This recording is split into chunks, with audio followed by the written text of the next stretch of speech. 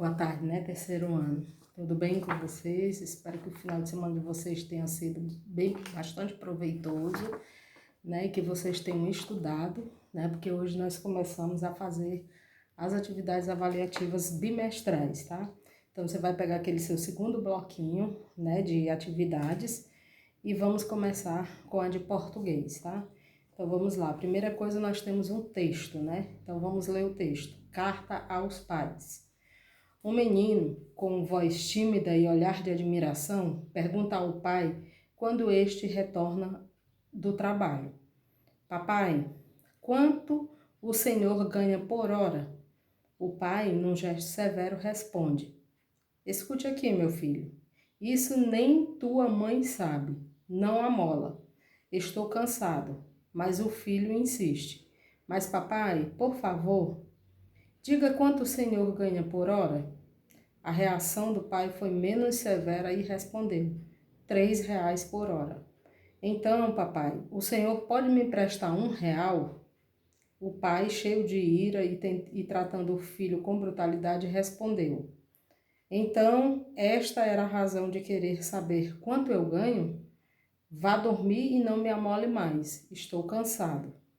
Já era noite quando o pai começou a pensar no que havia acontecido e sentiu-se culpado. Talvez, quem sabe, o filho precisasse comprar algo. Querendo descarregar sua consciência doida, foi até o quarto do menino e em voz baixa perguntou, Filho, está dormindo? Não, papai. Em voz baixa, não, papai, respondeu o sonolento garoto. Olha aqui, olha, aqui está o dinheiro que me pediu. Muito obrigado, papai. Disse o filho, levantando-se e retirando R$ 2 de uma caixinha que estava sob a cama. Agora já completei. Tenho R$ 3. Poderia me dar agora 1 hora de seu tempo? Autor desconhecido. Então, a pessoa que escreveu essa carta não quis se identificar, né? Então, vamos ao estudo do texto. Primeira questão. Leia o texto e responda. Letra A. Observe a seguinte passagem do texto. Um menino com voz tímida e olhar de admiração. As palavras destacadas na frase acima indicam A. Que o menino, apesar de sentir admiração pelo pai, estava com medo de fazer a pergunta. B.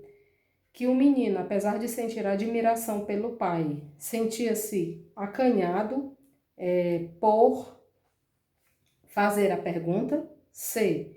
Que o menino era tímido e estava admirado pela atitude do pai, ou D, que o menino estava tímido por causa da atitude do pai, porém tinha muita admiração por ele. Uma das alternativas aqui está correta, e é essa que você vai circular, tá bom? B, analise o final do texto. Agora já completei, tenho R$ 3. Poderia me dar agora 1 hora do seu tempo? Como você acha que o pai reagiu diante dessa situação do menino já ter juntado dinheiro para comprar 1 hora do tempo do pai dele, né? Então, como foi que o pai dele reagiu quando ele falou isso? Aí você vai escrever aí, tá bom? Na parte de gramática agora. Letra A, transforme as frases afirmativas em interrogativas. Vamos lembrar. Frases afirmativas são aquelas que dizem sim, né? E no final delas nós temos o ponto final, tá?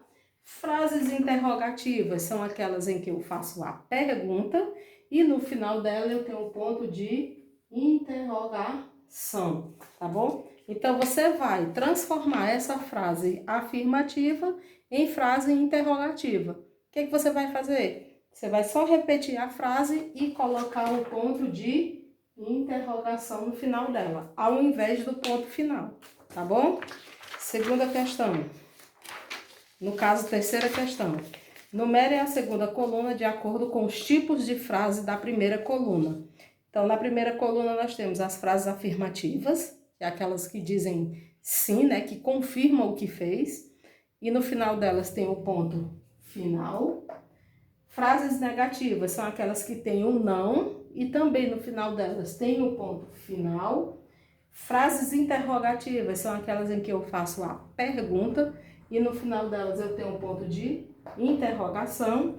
E frases exclamativas são aquelas em que emite susto, medo, e no final delas eu tenho um ponto de exclamação. Ok, gente? Então vamos lá. Você foi ao colégio?